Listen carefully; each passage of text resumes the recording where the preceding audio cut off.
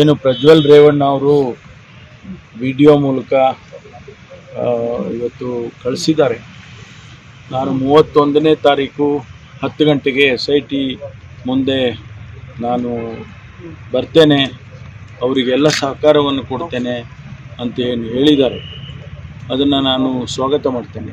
ಯಾಕೆಂದರೆ ನಾವು ಈಗಾಗಲೇ ತಮಗೆಲ್ಲ ಗೊತ್ತಿದ್ದಾಗೆ ಕರ್ನಾಟಕದ ಇತಿಹಾಸದಲ್ಲೇನೇ ಇಂಥ ಒಂದು ಘಟನೆ ನಡೆದಿರಲಿಲ್ಲ ಅನ್ನುವಂಥದ್ದನ್ನು ಇಡೀ ಜನತೆ ಮಾತಾಡ್ತಕ್ಕಂಥ ಈ ಸಂದರ್ಭದಲ್ಲಿ ಅವರನ್ನು ಕರ್ಕೊಂಡು ಬರಬೇಕು ಅಂಥೇಳಿ ಎಲ್ಲ ರೀತಿಯ ಪ್ರಯತ್ನ ನಡೀತಾ ಇತ್ತು. ಪ್ರಧಾನಮಂತ್ರಿಗಳಿಗೆ ಮುಖ್ಯಮಂತ್ರಿಗಳು ಪತ್ರ ಬರೆದರು, 2 ಬಾರಿ ಪತ್ರ ಬರೆದರು. ಮತ್ತು ನಾವು CBIಗೆ ರಿಕ್ವೆಸ್ಟ್ ಮಾಡಿಕೊಂಡು ಅಲ್ಲಿಂದ ಇಂಟರ್ಪೋಲಿಗೆ ರಿಕ್ವೆಸ್ಟ್ ಮಾಡಿ ಬ್ಲೂ ಕಾರ್ನರ್ ನೋಟಿಸನ್ನು ಕೊಡುವಂತೆ ಅವರಿಗೆ ನಾವು ರಿಕ್ವೆಸ್ಟ್ ಮಾಡಿಕೊಂಡಿದ್ದು, ಅವರು ಇಶ್ಯೂನು ಮಾಡಿದರು. ಆ ಪ್ರಕ್ರಿಯೆ ಕೂಡ ನಡೀತಾ ಇತ್ತು.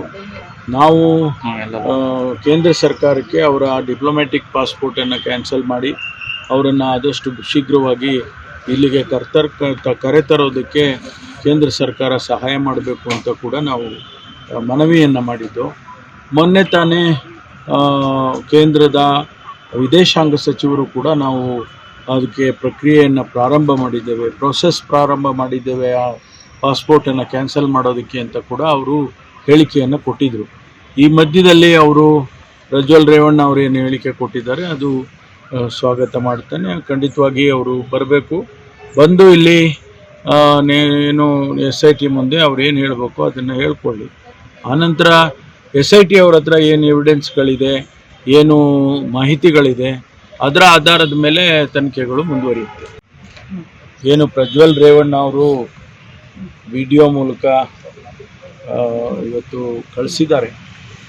ನಾನು 31ನೇ ತಾರೀಕು 10 ಗಂಟೆಗೆ SIT ಮುಂದೆ ನಾನು ಬರ್ತೇನೆ, ಅವರಿಗೆಲ್ಲ ಸಹಕಾರವನ್ನು ಕೊಡ್ತೇನೆ ಅಂತ ಏನು ಹೇಳಿದ್ದಾರೆ ಅದನ್ನು ನಾನು ಸ್ವಾಗತ ಮಾಡ್ತೇನೆ. ಯಾಕೆಂದರೆ ನಾವು ಈಗಾಗಲೇ ತಮಗೆಲ್ಲ ಗೊತ್ತಿದ್ದಾಗೆ ಕರ್ನಾಟಕದ ಇತಿಹಾಸದಲ್ಲೇನೇ ಇಂಥ ಒಂದು ಘಟನೆ ನಡೆದಿರಲಿಲ್ಲ ಅನ್ನುವಂಥದ್ದನ್ನು ಇಡೀ ಜನತೆ ಮಾತಾಡ್ತಕ್ಕಂಥ ಈ ಸಂದರ್ಭದಲ್ಲಿ ಅವರನ್ನು ಕರ್ಕೊಂಡು ಬರಬೇಕು ಅಂಥೇಳಿ ಎಲ್ಲ ರೀತಿಯ ಪ್ರಯತ್ನ ನಡೀತಾ ಇತ್ತು. ಪ್ರಧಾನಮಂತ್ರಿಗಳಿಗೆ ಮುಖ್ಯಮಂತ್ರಿಗಳು ಪತ್ರ ಬರೆದರು, 2 ಬಾರಿ ಪತ್ರ ಬರೆದರು. ಮತ್ತು ನಾವು CBIಗೆ ರಿಕ್ವೆಸ್ಟ್ ಮಾಡಿಕೊಂಡು ಅಲ್ಲಿಂದ ಇಂಟರ್ಪೋಲಿಗೆ ರಿಕ್ವೆಸ್ಟ್ ಮಾಡಿ ಬ್ಲೂ ಕಾರ್ನರ್ ನೋಟಿಸನ್ನು ಕೊಡುವಂತೆ ಅವರಿಗೆ ನಾವು ರಿಕ್ವೆಸ್ಟ್ ಮಾಡಿಕೊಂಡಿದ್ದು, ಅವರು ಇಶ್ಯೂನು ಮಾಡಿದರು. ಆ ಪ್ರಕ್ರಿಯೆ ಕೂಡ ನಡೀತಾ ಇತ್ತು.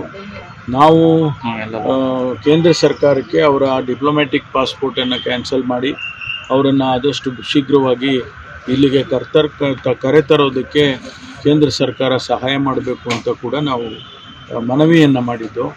ಮೊನ್ನೆ ತಾನೇ ಕೇಂದ್ರದ ವಿದೇಶಾಂಗ ಸಚಿವರು ಕೂಡ ನಾವು ಅದಕ್ಕೆ ಪ್ರಕ್ರಿಯೆಯನ್ನು ಪ್ರಾರಂಭ ಮಾಡಿದ್ದೇವೆ, ಆ ಪಾಸ್ಪೋರ್ಟನ್ನು ಕ್ಯಾನ್ಸಲ್ ಮಾಡೋದಕ್ಕೆ ಅಂತ ಕೂಡ ಅವರು ಹೇಳಿಕೆಯನ್ನು ಕೊಟ್ಟಿದ್ದರು.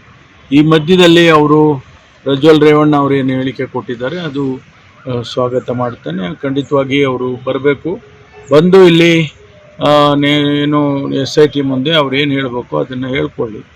ಆನಂತರ SIT ಅವ್ರ ಹತ್ರ ಏನು ಎವಿಡೆನ್ಸ್ಗಳಿದೆ, ಏನು ಮಾಹಿತಿಗಳಿದೆ, ಅದರ ಆಧಾರದ ಮೇಲೆ ತನಿಖೆಗಳು ಮುಂದುವರಿಯುತ್ತೆ. ಅನುಕ್ಷಣದ ಸುದ್ದಿಗಳಿಗಾಗಿ ವಿಸ್ತಾರ ನ್ಯೂಸ್ ಯೂಟ್ಯೂಬ್ ಚಾನೆಲ್ ಸಬ್ಸ್ಕ್ರೈಬ್ ಮಾಡಿ. ಹೊಸ ಸುದ್ದಿಗಳ ನೋಟಿಫಿಕೇಶನ್ಗಾಗಿ ಬೆಲ್ ಐಕಾನ್ ಕ್ಲಿಕ್ ಮಾಡಿ. ಲೇಟೆಸ್ಟ್ ಅಪ್ಡೇಟ್ಸ್ಗಾಗಿ www.vistaranews.com ವೆಬ್ಸೈಟ್ಗೆ ವಿಸಿಟ್ ಮಾಡಿ. ಅಂಗೈಯಲ್ಲೇ ಜಗತ್ತಿನ ಸುದ್ದಿ ತಿಳಿಯಲು ವಿಸ್ತಾರ ನ್ಯೂಸ್ ಕನ್ನಡ ಆಪ್ ಡೌನ್ಲೋಡ್ ಮಾಡಿ.